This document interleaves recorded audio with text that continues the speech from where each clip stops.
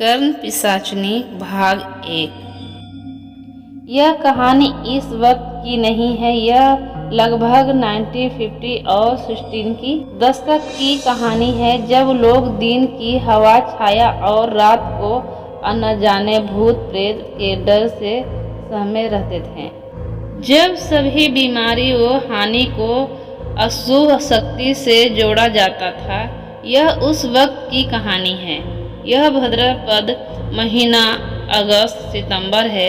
विजयकांत नाम का एक आदमी पिछले 1 घंटे से चलता ही जा रहा था।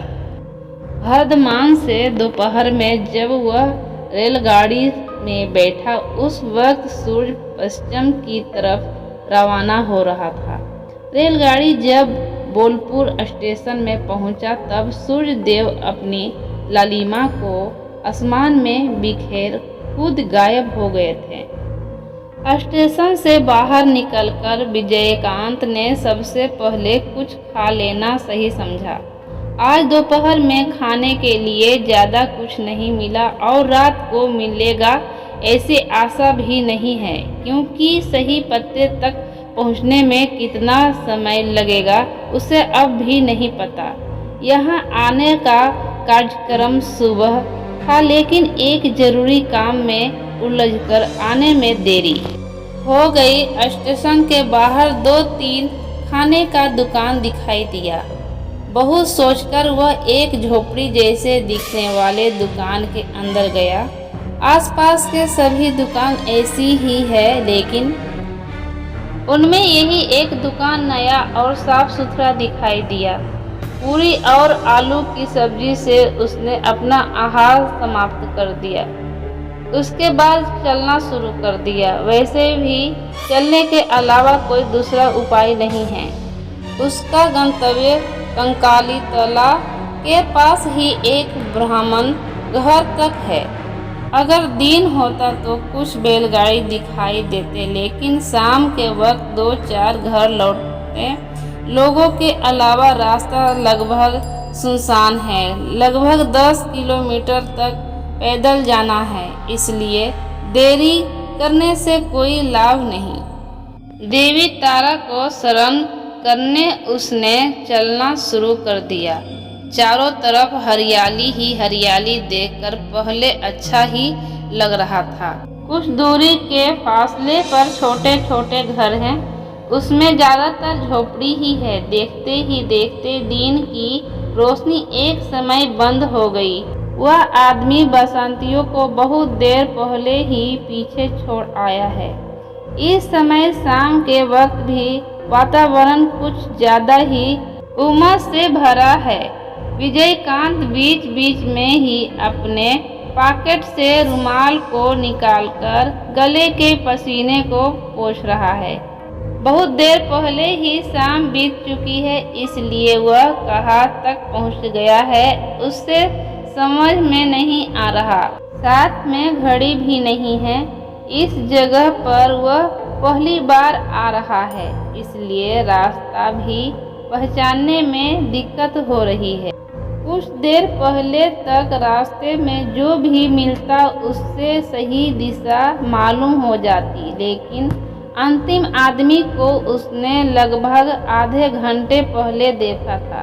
वह आदमी रास्ते के पास वाले तालाब से नहाकर घर लौट रहा था। विजयकांत ने जब उससे अपने गंतव्य के बारे में पूछा था, तो उसने बताया कि देवी मंदिर के पास पहुंचने में अभी लगभग आधा घंटा और लगेगा। यह रास्ता कुछ दूर तक सीधा जाने के बाद दाहिनी तरफ मुड़ गया है। उसी तरफ सीधा चलने पर मंदिर के पास पहुंचा जा सकता है। वहां से आगे का रास्ता उसे किसी से पूछना होगा। विजयकांत द्वारा उस आदमी से रास्ता पूछकर आगे बढ़ते ही आदमी ने पीछे से प्रश्न किया, बाबूजी क्या शहर से आए हैं? विजयकांत द्वारा हाँ बोलते ही वह फिर बोला, थोड़ा जल्दी से पैर चलाकर आगे बढ़िए, क्योंकि आज रास्ता बहुत ही सुनसान है। क्यों? आज अमावस है, आज क्या कोई निकलता है? जाइए, थोड़ा जल्दी जाइए। और वैसे भी देवी माता के पास जा रहे हैं, डर कैसा? डर डर क्यों लगेगा? विजयकांत ने आश्चर्य होकर बोला। नहीं, कुछ नहीं। आज अमावस है, इसलिए आसपास थोड़ा ज्यादा अंधेरा है, इसलिए सावधान कर रहा था। अमावस आज भाद्रपद महीने का अमावस्या है। हाँ बाबूजी, भाद्रपद महीने की अमावस्या मतलब आज तो कुशलग्रहणी अमावस्या है। यह तो बहुत ही भयानक होता है। विजयकांत ने मन ही मन सोचा कि निकलने से पहले उसने इस पर ध्यान ही नहीं दिया। बहुत बड़ी गलती हो गई है, लेकिन अब जल्द से जल्द उसे अपने गंतव्य तक पहुंचना होगा। विजयकांत ने सामने की तरफ देखा कि चारों तरफ गहरा काला अंधेरा है। 2 कदम दूर भी ठीक से कुछ दिखाई नहीं दे रहा था। वह सोचने लगा कि अब तक चल रहा था, लेकिन इतना अंधेरा है, इस पर ध्यान ही नहीं दिया। कुछ देर रुककर विजयकांत ने सामने ध्यान से देखा और फिर चलना शुरू कर दिया। चलते वक्त उसे ऐसा महसूस हो रहा था कि एक घना काला अंधेरा किसी पत्थर की तरह उसके रास्ते को रोक रहा है। किसी भी वक्त उसके शरीर से धक्का लगकर उसे शायद चोट पहुंचाएगा। डर ने उसे अपने आगोश में भरना शुरू कर दिया था। उसने किसी अंधे की तरह अपने दोनों हाथों को सामने की तरफ फैला दिया, जिससे हाथ पहले ही किसी पेड़ को स्पर्श कर सके। विजयकांत ने अनुभव किया कि स्वस्थ आंखें रहते हुए भी वह मानो अंधा है। कान ठीक रहने के बावजूद वह मानो बहरा है।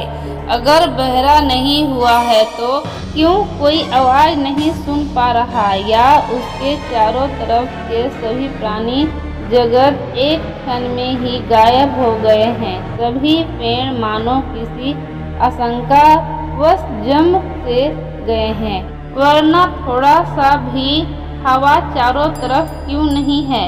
उसे कुछ भी दिखाई और सुनाई नहीं दे रहा, वह केवल चलता ही जा रहा है। अचानक विजयकांत को सुनाई दिया कोई लगातार कुछ गुनगुना रहा है, लेकिन यह गाना नहीं, मंत्र पाठ है। वह किस मंत्र का पाठ कर रहा है? विजयकांत ने ऐसे मंत्र पहले कभी नहीं सुना।